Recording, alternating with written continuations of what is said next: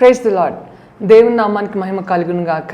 మన ప్రభువును రక్షకుడైన యేసుక్రీస్తు నామమున మీకు వందనాలు తెలియజేస్తున్నాం. ప్రభు కృప వలన మీరందరూ బాగున్నారని విశ్వసిస్తున్నాం. షకీనా సందేశం అని మా ఆధ్యాత్మిక కార్యక్రమాన్ని అనుదినము వీక్షిస్తూ వాక్యం ద్వారా బలపడుచున్నారని మేము నమ్ముతున్నాం. మీ కొరకు ప్రార్థిస్తున్నాం. ఈరోజు దేవుని వాక్యాన్ని వినడానికి మన హృదయాన్ని సిద్ధపరచుకుందాం. షకీనా మినిస్ట్రీస్ వ్యవస్థాపకులు పాస్టర్ జి విజయ్ కుమార్ గారు వాక్య సందేశం అందిస్తారు. మనమందరం ప్రార్థనాపూర్వకంగా దేవుని మాటలు విని దీవెనలు పొందుదాం.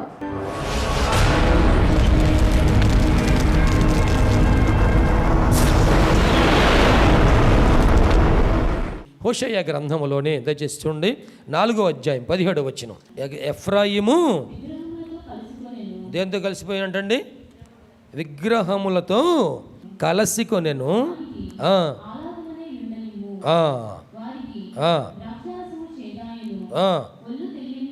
ఒళ్ళు తెలియని వారు, మానక వ్యభిచారము చేయువారు, వారి అధికారులు సిగ్గుమాలిన వారై అవమానకరమైన దానిని ప్రేమింతురు. చుట్టి కొట్టుకొని పోవును, బలులను బట్టి వారు సిగ్గునందుదురు. ఎఫ్రాయిము ఎవరితో కలుసుకున్నాడంటండి? ఎఫ్రాయిము విగ్రహములతో కలుసుకొనెను. ఎఫ్రాయిము విగ్రహములతో కలిసికొనెను. జాగ్రత్త, నేను ఎన్నో మేలు చేశానే, స్నేహబంధములతో బంధించానే, ప్రేమతో నేను చూశానే, వారిని స్వస్థపరిచాను. అయినా సరే అది వారు మనస్సున పెట్టుకొనలేదు. ఏం చేస్తున్నారంట? ఎఫ్రాయిము విగ్రహములతో కలిసికొనెను. వారు పాపం చేస్తున్నారు. ప్రేమ దేవుని బిడ్డలారా, ఇక్కడ ఆత్మీయ వ్యభిచారం అంటే అర్థం ఏంటంటే విగ్రహారాధన. బైబిల్ భాషలో ఇక్కడ లేఖన భాగంలో మనం గమనిస్తే నిర్గమాకాండం 20వ అధ్యాయం 1వ వచనం చూస్తే, నేనే మీ దేవుడను, దేని రూపమును చేసుకొని దానికి మీరు సాగిలపడకూడదు. దేని రూపం కూడా మీరు సాగిలపడకూడదు. ప్రేమ దేవుని బిడ్డలారా, యెషయా గ్రంథం 42వ అధ్యాయం 8వ వచనంలో, నా మహిమను విగ్రహములకు చెందనీయను, నా మహిమను విగ్రహములకు చెందనీయను. ఐగుప్తు దేశంలో 10 భయంకరమైన తెగులను రప్పించినటువంటి దేవుడు తన నామానికి ఆయన మహిమ తెచ్చుకున్నాడు. కొరింథీయులకు రాసిన 2వ పత్రిక 6వ అధ్యాయం 15-16 వచనాల్లో మనం చదివినట్లయితే, క్రీస్తునకు బెలియాలుతో సంబంధము అవిశ్వాసితో విశ్వాసికి పాలెక్కడిది? దేవుని ఆలయమునకు విగ్రహములతో ఏమి పొందిక? మనము జీవము గల దేవుని ఆలయమై ఉన్నాము. మనము జీవము గల దేవుని ఆలయమై ఉన్నాము. అందుకు దేవుడు ఇలాగూ సెలవిచ్చుచున్నాడు, నేను వారిలో నివసించి సంచరింతును. నేను వారి దేవుడినై యుందును, నేను వారి దేవుడినై యుందును. వారు నా ప్రజలై యుందురు, వారు నా ప్రజలై యుందురు. కావున మీరు వారి మధ్య నుండి బయలు వెడలి ప్రత్యేకముగా ఉండుడి. ప్రత్యేకముగా ఉండండి. అపవిత్రమైన దానిని ముట్టకుడని ప్రభువు చెప్పుచున్నాడు. నేను మిమ్మల్ని చేర్చుకొందును, మీకు తండ్రినై యుందును.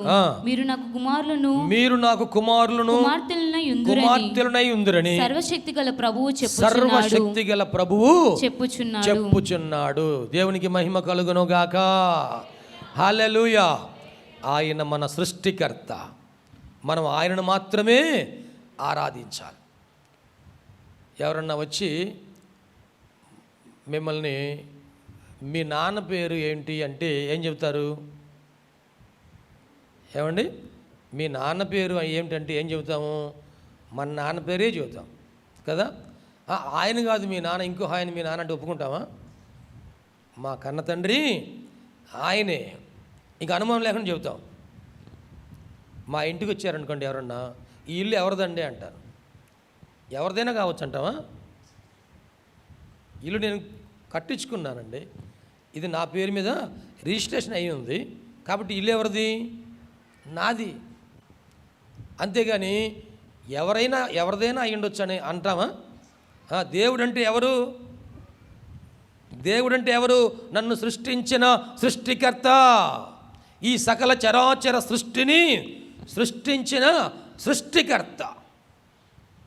దేవుడు మానవులను చేశాడు, మానవుడు దేవుళ్ళను చేస్తున్నాడు. జాగ్రత్త, మానవుడు దేవుళ్ళని చేస్తున్నారు. ఆ దేవుళ్ళు అందరూ దేవుళ్ళు లెక్క కాదు, మానవుని సృష్టించిన దేవుడే దేవుడై ఉన్నాడు. దేవునికి మహిమ కలుగును గాక. మేము మా సృష్టికర్తను ఆరాధించుచున్నాం, మీరు మీకు తెలియని దానిని ఆరాధిస్తున్నారు. ప్రేమైన దేవుని బిడ్డలారా, ఇక్కడ ఎఫ్రాయిము విగ్రహములతో కలిసికొనెను. ఈ రోజున దేవుని వలన మేలు పొందినవారు, రక్షణ పొందినవారు, దేవుని వలన ఆశీర్వాదం పొందినవారు, దేవుని వలన దీవించబడినవారు, హెచ్చించబడినవారు, ఆశీర్వదించబడినవారు. దేవుడు నిన్ను తల్లి గర్భములో ఉన్నప్పుడే ఆయన రూపించాడు. నువ్వు పుట్టక మునిపే నిన్ను ఎరిగి ఉన్నాడు. ఇర్మియా, తల్లి గర్భంలో రూపింపబడక మునిపే నేను నిన్ను ఎరిగి ఉన్నాను, నిన్ను నేను జనములకు ప్రవక్తగా నియమించి ఉన్నాను. మనలను ఆయన సృష్టించాడు.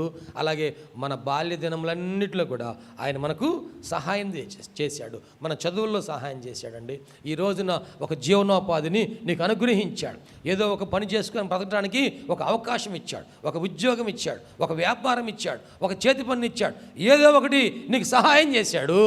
అయితే ఆ దేవుణ్ణి మాత్రము మరిచిపోకూడదు. నా ప్రాణమా యెహోవాను సన్నతించు. ఆయన చేసిన ఉపకారములలో దేనిని కూడా మర్చిపోవద్దు.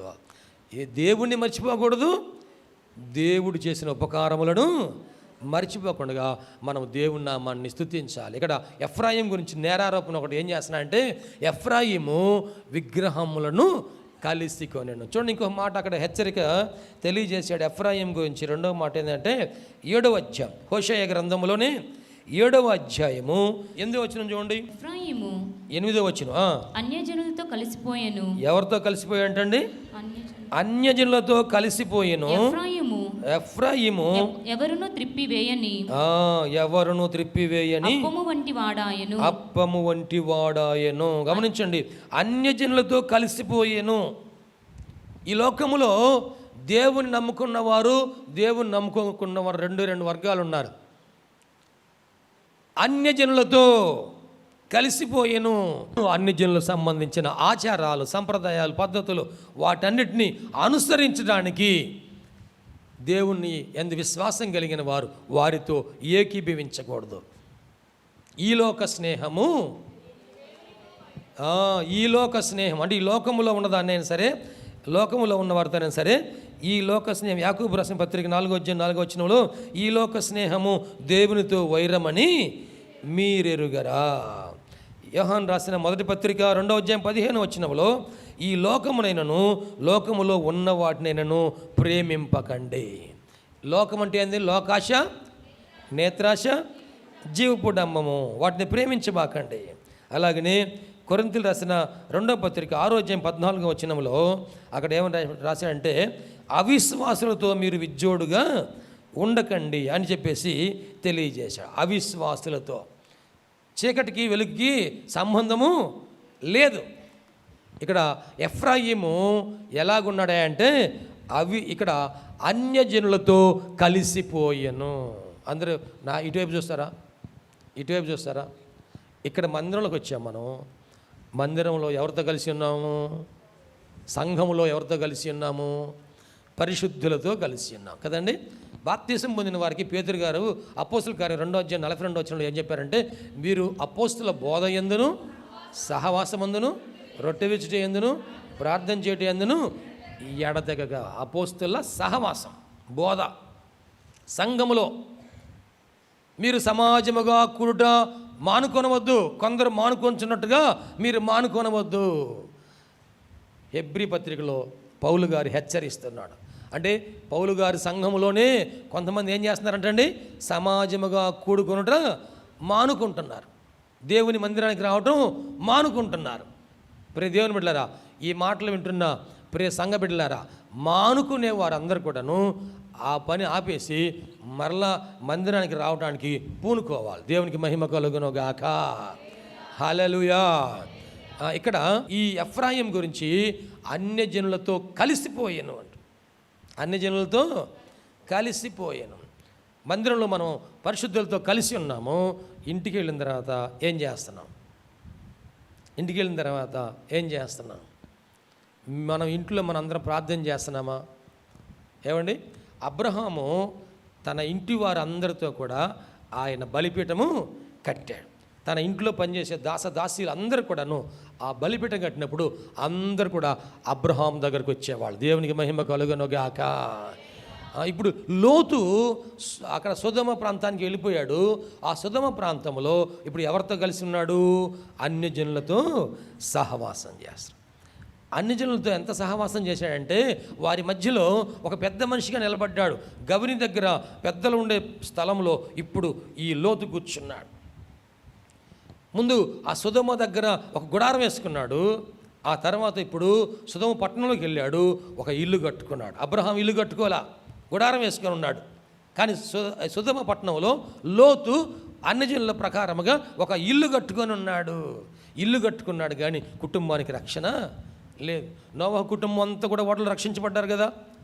కానీ లోతు కుటుంబంలో లోతు భార్య వెనదిరిగి చూడబాకమ్మా అంటే ఏం చేసిందంటే ఆమె అడుగులేమో ముందుకు వెళ్తున్నాయి. దేవుడు చెప్పినట్టుగా అడుగులేమో ముందుకు వెళ్తున్నాయి, ఆలోచనలేమో వెనక్కి వెళ్తున్నాయి.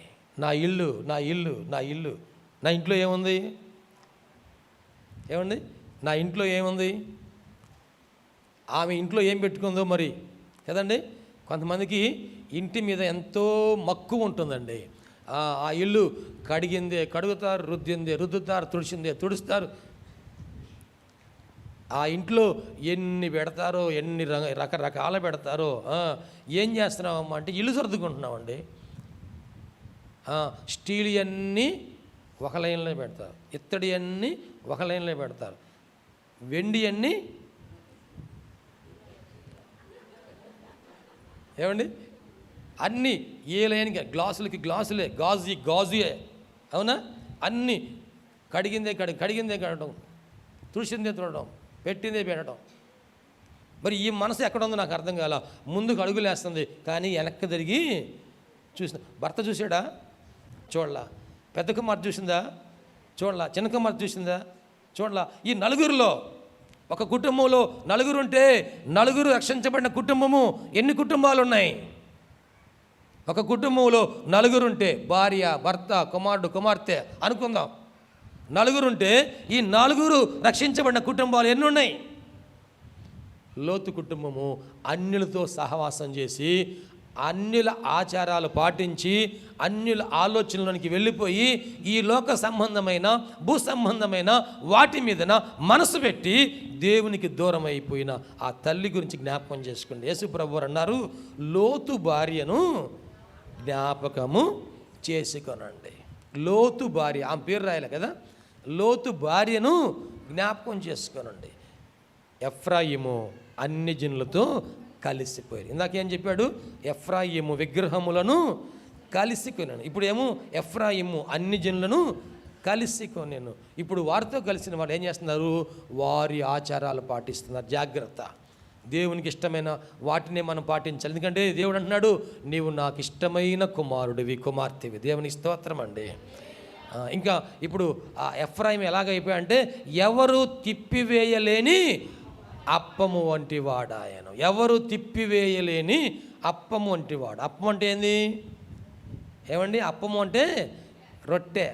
ఇంకా బాగా అర్థం అంటే చపాతీ కదా. మనం చపాతీ కాలుస్తున్నాం కదా, పెనం మీద వేసి కాలుస్తున్నాం కదండి.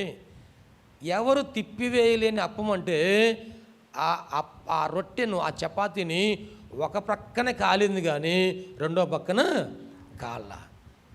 అది అలాగనే కాలి మాడి వాసన వస్తుందన్నమాట. అప్పుడు వెళ్ళి చూసేసరికి ఏమైంది? చపాతీ అంత బొగ్గయింది. ఎప్పుడు ఎట్లాగైంది? అడుగునేం బొగ్గయింది, పైన ఏం పచ్చిగా ఉంది. ఇప్పుడు ఇటు తిప్పేద్దామంటే రాట్లా, అంటుకుపోయింది. దేనికి అంటుకుపోయింది?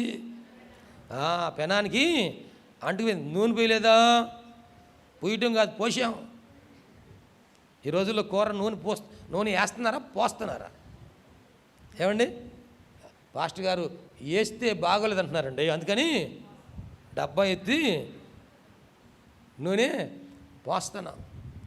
ఆరోగ్యం బాగుంటేనే మనకి, బాగోలేకపోతే మనకి తినడానికి మాత్రం ఎట్లా ఉండాలి? సూపర్ టేస్ట్గా ఉండాలి. అందులో నేను చేశానంటే ఎట్లా ఉండాలి? ఆ అప్పము తిప్పడానికి రావట్లేదంట. జాగ్రత్తగా గమనించండి. అడుగునేం మాడిపోయింది, పైనేం కాలనే కాలేదు. ఎవరైనా తింటారా ఇది తింటా పనికి వచ్చిద్దా? ఎఫ్రాయిము ఎవరును తిప్పివేయలేని అప్పం వంటి వాడిగా మారిపోయావయ్యా. ఎందుకు పనికిరాని వాడిగా మారిపోయావు. నిన్ను తీసి బయట పడేయటమే కానీ ఇంకేం ఉపయోగం ఏమీ లేదు. ఎవరైనా తింటారా? నేను తింటానని స్వాతంత్రం చెబుతారా ఎవరన్నా? ఏమంటే అడుగునే పూర్తిగా నల్లగా మాడిపోయింది. సంస్కార ఆరాధన ఇచ్చేటప్పుడు కూడాను పాస్టర్ గారు రొట్టె ఇరిచి చేతిలో పెట్టినప్పుడు ఒకసారి చూసుకుంటారు కళ్ళు తెరిచి, మళ్ళీ ఇది మంచిది వచ్చిందా మంచిది రాలేదా, పెద్దది వచ్చిందా చిన్నది వచ్చిందా కదండి. ఎఫ్రాయిము ఇలా తయారైపోయావేంటయ్యా? ఒకప్పుడు నువ్వెంతగానో దీవించబడ్డావు, ఒకప్పుడు నువ్వెంతగానో ప్రేమించబడ్డావు, స్వస్థపరచబడ్డావు, ఆశీర్వదించబడ్డావు. చూడండి, ఇంకా ఈ హోషేయ గ్రంథంలోనే ఎఫ్రాయిం గురించి మరికొన్ని మాటలు ఇక్కడ దేవుడు మాట్లాడుతూ ఉన్నాడు. చూడండి దయచేసి, అక్కడ 11వ అధ్యాయం 12వ వచనం. ఎఫ్రాయిము వారు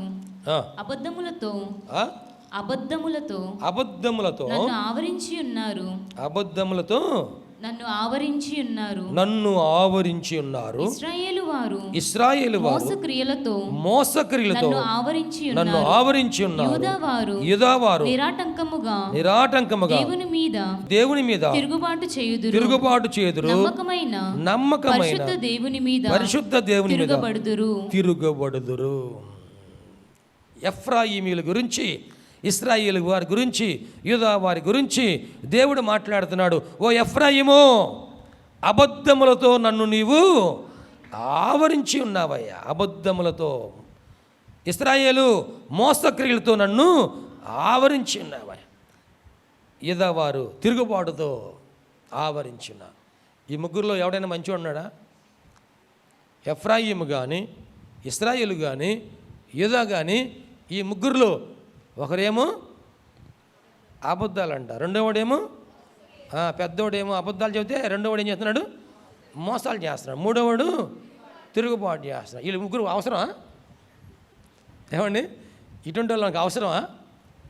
దేవుడు అంటాడు, నీకు నేను ఎన్నో చేశాను కదా. ఎటువంటి దేవుని మీద? పరిశుద్ధమైన నమ్మకమైన దేవుని మీద. అక్కడ ఏం రాయబడిందమ్మా? నమ్మకమైన పరిశుద్ధ దేవునికి తిరుగుబాటు చేస్తాను. ఆయన నమ్మకమైన దేవుడు, ఆయన పరిశుద్ధుడైన దేవుడు. ఆయన మీద ఎఫ్రాయిము అబద్ధాలు చెబుతా ఉన్నాడు. నీ జీవితం అబద్ధాలతో ఉంది, నీ ఉద్యోగం అబద్ధాలతో ఉంది, నీ వ్యాపారం అబద్ధాలతో ఉంది, నీ ఆదాయము సంపాదన అబద్ధాలతో ఉంది. ఒక ఆయన నా దగ్గరకు వచ్చి, ఏమండి ఇదిగో పెయింట్ 1 లీటర్ ఉంది, 1 లీటరు రంగు ఉంది, ఈ రంగు ఈ పెయింటు మీరు షాపులో కొనుక్కోవాలంటే 2000 రూపాయలు అయింది, 2000 రూపాయలు అయింది. నేను మీకు సగం రేటుకే ఇస్తా. ఎంత రేటుకి? 1000 రూపాయలకే ఇస్తా, తీసుకుంటారా అన్నాడు. సీల్ కూడా ఓపెన్ చేయాలా? ఇది చూడండి, సీల్ కూడాను ఓపెన్ చేయలేదు, తీసుకోండి అన్నాడు. నేను అనుకున్నాను, ఒకవేళ వాళ్ళ ఇంట్లో తెచ్చుకుంటే మిగిలిపోయిందేమో, అందుకోసమేమో అని అంత రేటా అన్నా. సరే, ఒక 500 ఇచ్చి తీసుకోండి, ఒక 500 ఇచ్చి తీసుకోండి అన్నాడు. తీరా నాకు వద్దులే బాబు అని చెప్పేసి వెళ్ళిపోతే నాకు విషయం తెలిసింది. ఏంటంటే అతను ఏం చేస్తున్నాడు? ఒక పెయింట్ మేస్త్రిగా పనిచేస్తున్నాడు. ఏం చేస్తున్నాడండి? పెయింట్ మేస్త్రిగా పెయింట్ పని చేస్తున్నాడు, రంగు వేస్తున్నాడు, ఇంట్లో ఆ పని చేస్తున్నాడు. ఇప్పుడు ఆ ఇంటి ఆయన ఏం చేశాడు? ఇది మొత్తం రంగు వేయాలంటే ఎంత కావాలయ్యా అంటే, దీనికి 5 లీటర్లు కావాలి, 6 లీటర్లు కావాలి.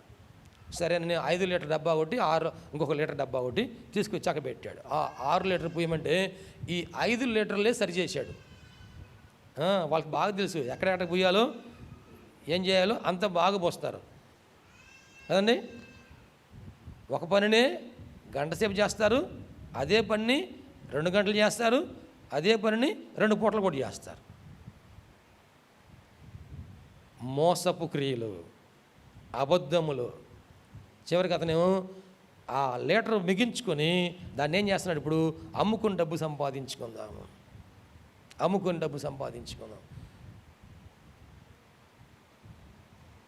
ఒకరోజు నాకు మా ఆఫీసులో డిపార్ట్మెంట్లో ఒక వ్యాన్ అప్పగించారు. ఆ వ్యాన్కి తీసుకురావటం, దానికి సంబంధించిన ఆయిల్ పోయించడం ఇవన్నీ కూడాను మీరే చూసుకోవాలండి అన్నారు. వెళ్తే ఆ డ్రైవర్ అంటున్నాడు, సార్ ఎన్ని లీటర్లు రాయించమంటారు దాంట్లో అంటున్నాడు. బిల్లు ఎన్ని లీటర్లు రాయించమంటారు అన్నాడు. ఎన్ని లీటర్ రాసింది, ఎన్ని లీటర్ పెట్టించావు? 10 లీటర్లు పెట్టించాను, అంతకే రాయించమను. మీకు తెలుసు సార్, ఏ సలహా చెబుతున్నాడు ఆయన? మీకు తెలుసు సార్, 10 లీటర్ ఆయిల్ పెట్టించాము, 20 లీటర్లు రాయించుకోండి, ఆ 10 లీటర్ డబ్బులు మీరు తీసుకోండి. నేను నెల్లూరు ప్రమోషన్ మీద వెళ్ళాను. ఆ ఊరిలో పెద్ద ఉరుసు మహోత్సవం ఏర్పాటు చేశారు. ప్రతి సంవత్సరం జరిగిద్దండి. ఆ ఉరుసు మహోత్సవం కోసం అక్కడ శానిటేషన్ వర్క్ కోసం, పరిశుభ్రత అంటే రోడ్లు కానీ సున్నం కొట్టించడం కానీ, అక్కడ క్లీన్ చేయించడం కానీ, వీటన్నిటికీ శానిటేషన్ వర్క్ కోసం దాదాపు 60-70 వేల రూపాయలు బడ్జెట్ ఇచ్చారు. అప్పుడు ఆ బడ్జెట్ నా చేతికి అప్పచెప్పారు. నా చేతికి అప్పచెప్పి ఇక్కడ మెడికల్ క్యాంప్స్ ఏర్పాటు చేయాలి, శానిటేషన్ వర్క్ చేయాలండి. ఈ ఉరుసు మహోత్సవం 3 రోజులు జరిగిద్ది, ఈ 3 రోజులు కూడా మొత్తం ఇవన్నీ చూసుకోవాలండి నేను అంటే, సరే అట్లాగే ఏర్పాటు చేద్దాం. Medical camps round the clock 24 hours ఉండాలి. ఉదయం పూట ఒక షిఫ్ట్, మధ్యాహ్నం ఒక షిఫ్ట్, రాత్రి ఒక షిఫ్ట్. ఈ షిఫ్ట్లో 3 షిఫ్ట్లో పనిచేసే వాళ్ళందరికీ భోజనాలు ఏర్పాటు చేద్దాం.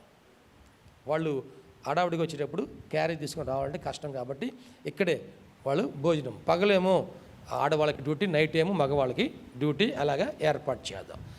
3 షిఫ్ట్లో పనిచేసే వాళ్ళకి భోజనాలు ఏర్పాటు చేశాం. అలాగనే ఆ రోజున వచ్చిన స్టాఫ్ అందరికీ, మిగతా హాస్పిటల్లో పనిచేసే వాళ్ళకి కానీ, ఈ పనులు చేసే వాళ్ళకి, ఆ కాంట్రాక్ట్ వాళ్ళకి, క్లీన్ చేసే వాళ్ళకి, తర్వాత ఈ బ్లీచింగ్ కొనుక్కు రావటం, సున్నం కొనుక్కు రావటం, ఒక మినీ ట్రాన్స్పోర్ట్ లారీ సున్నం బస్తాలు కానీ, బ్లీచింగ్ బస్తాలు కానీ అన్నీ తీసుకురావటం, ఇవన్నీ కూడాను ఆ వచ్చిన డబ్బులు మొత్తం దానికి ఖర్చు పెట్టామండి. ఆ సంవత్సరం ఆ స్టాఫ్ అందరూ అన్నారు, సార్ ఈ సంవత్సరమే మేమందరం కూడా అన్ని షిఫ్ట్లో కడుపు నిండా అన్నం తిన్నాం, దేవునికి మహిమ కలుగును గాక, హల్లెలూయా. అంత క్రితం అన్నం పెట్టకుండానే పెట్టామని రాసేవాడు, డబ్బులు ఇవ్వకుండానే ఇచ్చామని రాసేవాడు. గమనించండి, దేవుడు నీ చేతికి అప్పగించింది చిన్నదైనా సరే గొప్పదైనా సరే, మనం మోసం లేకుండగా, మన శక్తి లోపం లేకుండగా, అన్యాయం లేకుండగా మనకు అప్పగించిన దాన్ని మనం సక్రమంగా చేస్తే దాని వలన మనం దేవుని వలన మెప్పు పొందే వారముగా ఉంటాం. దేవునికి మహిమ కలుగును గాక.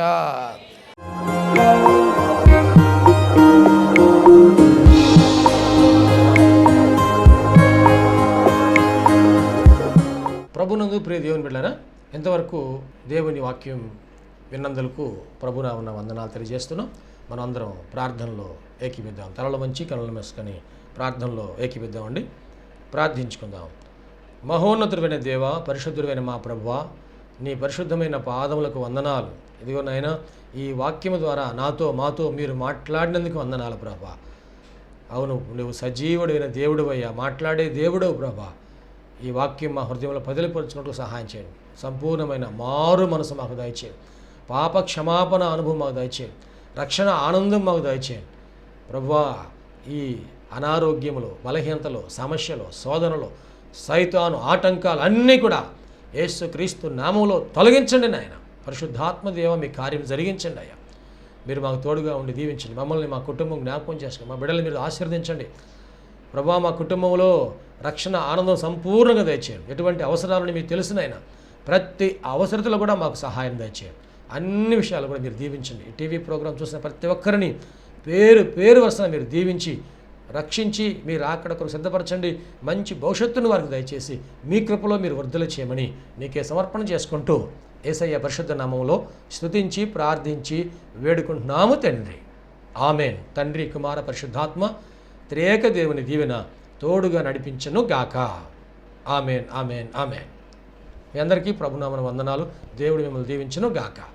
ఆమెన్. ప్రభునందు ప్రియమైన సహోదరి సహోదరులందరికీ షకీనా ప్రార్థనా మందిరం తరపున హృదయపూర్వక వందనాలు తెలియజేస్తున్నాం. దేవుని కృప వలన 2012వ సంవత్సరంలో 350 గజముల స్థలంలో ఈ మందిరం నిర్మించుకోవడానికి ప్రభు కృపించారు. 2016వ సంవత్సరంలో నూతన స్థలం 180 గజముల స్థలం తీసుకోవడానికి ప్రభు సహాయం చేశారు. ఈ సమయంలో ఈ స్థలం అంతట్లో కూడాను మందిరం నిర్మించుకోవడానికి ప్రభు ఏర్పాటు చేసి ఉన్నారు కనుక ఈ మందిర నిర్మాణం, పాత మందిరం తీసివేసి నూతన మందిర నిర్మాణం కార్యక్రమం ప్రారంభించబడింది.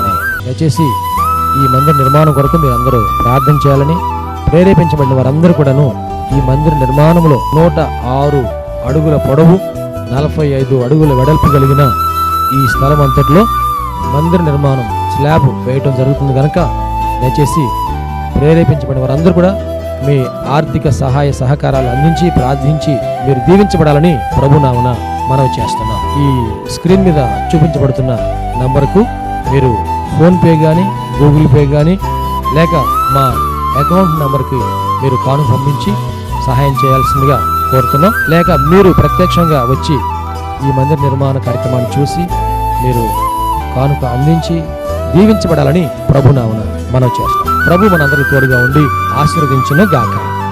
ఆమె. షకీనా ప్రార్థనా మందిరము దేవుని యొక్క దర్శనంలో దేవుని కృప వలన 2012వ సంవత్సరము మే నెల 1వ తారీఖున ప్రతిష్ఠ చేయటం జరిగింది. ఈ మందిరంలో దేవుని ఆరాధించుటకు విచ్చేసిన వారు ఆత్మరక్షణ, శరీర స్వస్థత, వారి జీవితంలో ఆశీర్వాదాలు పొందుకుంటూ ఉన్నారు. ఉపవాస ప్రార్థనలో అభిషేకించబడి దేవుని ఆత్మతో ఆరాధించుచున్నారు. అనేక మంది పరిశుద్ధాత్మతో నింపబడుచున్నారు. దురాత్మ బంధకములతో బంధించబడిన వారు సాతాను బంధకాల నుంచి విడిపించబడి ఆశీర్వాదం పొందుతూ ఉన్నారు. రక్షణ లేని వారు బాప్తిసం పొంది రక్షణ ఆనందాన్ని అనుభవిస్తూ ఉన్నారు. ఈ మందిరంలో చేయబడుచున్నటువంటి ఉపవాస ప్రార్థనలు, అభిషేక ఆరాధనలో అనేక మంది దీవించబడుతూ ఉన్నారు. ప్రియ స్నేహితులారా, మీరును సమస్యల్లో సతమతమవుతున్నారా? వ్యాధి బాధలతో పీడించబడుతున్నారా? నెమ్మది లేక బాధపడుతున్నారా? రండి, షకీనా ప్రార్థనా మందిరంలో ఆరాధనలో ఏకీభవించండి. ప్రభు మీకు సహాయం చేయగలరు. ప్రతి నెల 2వ శనివారము షకీనా ప్రార్థనా మందిరంలో సంపూర్ణ రాత్రి ఉపవాస ప్రార్థన ఏర్పాటు చేయబడింది. ఈ ఉపవాస ప్రార్థనలో అనేక మంది ఆత్మతో అభిషేకించబడుతున్నారు. అనేక మంది ఆత్మ వరములతో నింపబడుతున్నారు. దురాత్మ బంధకముల్లో ఉన్నవారు విడిపించబడుతున్నారు. దేవుని యొక్క ఆశీర్వాదాలు పొందుకుంటున్నారు. అనారోగ్యంతో ఉన్నవారు స్వస్థపరచబడుతూ ఉన్నారు. ఈ సందేశం మీకు ఆశీర్వాదకరంగా ఉందని నమ్ముచున్నాం. ఈ సందేశం ద్వారా మీరు పొందిన మేలులు మరియు మీ ప్రార్థన అవసరతలు మాతో తప్పక పంచుకొనగలరు. మా అడ్రస్ షకీనా ప్రార్థనా మందిరం, శారదా కాలనీ 32వ లైన్, రెడ్డిపాలెం రోడ్, గుంటూరు. మా ఫోన్ నంబర్స్ 9963242497, మరి యొక్క నెంబర్ 8885539777. Praise the lord.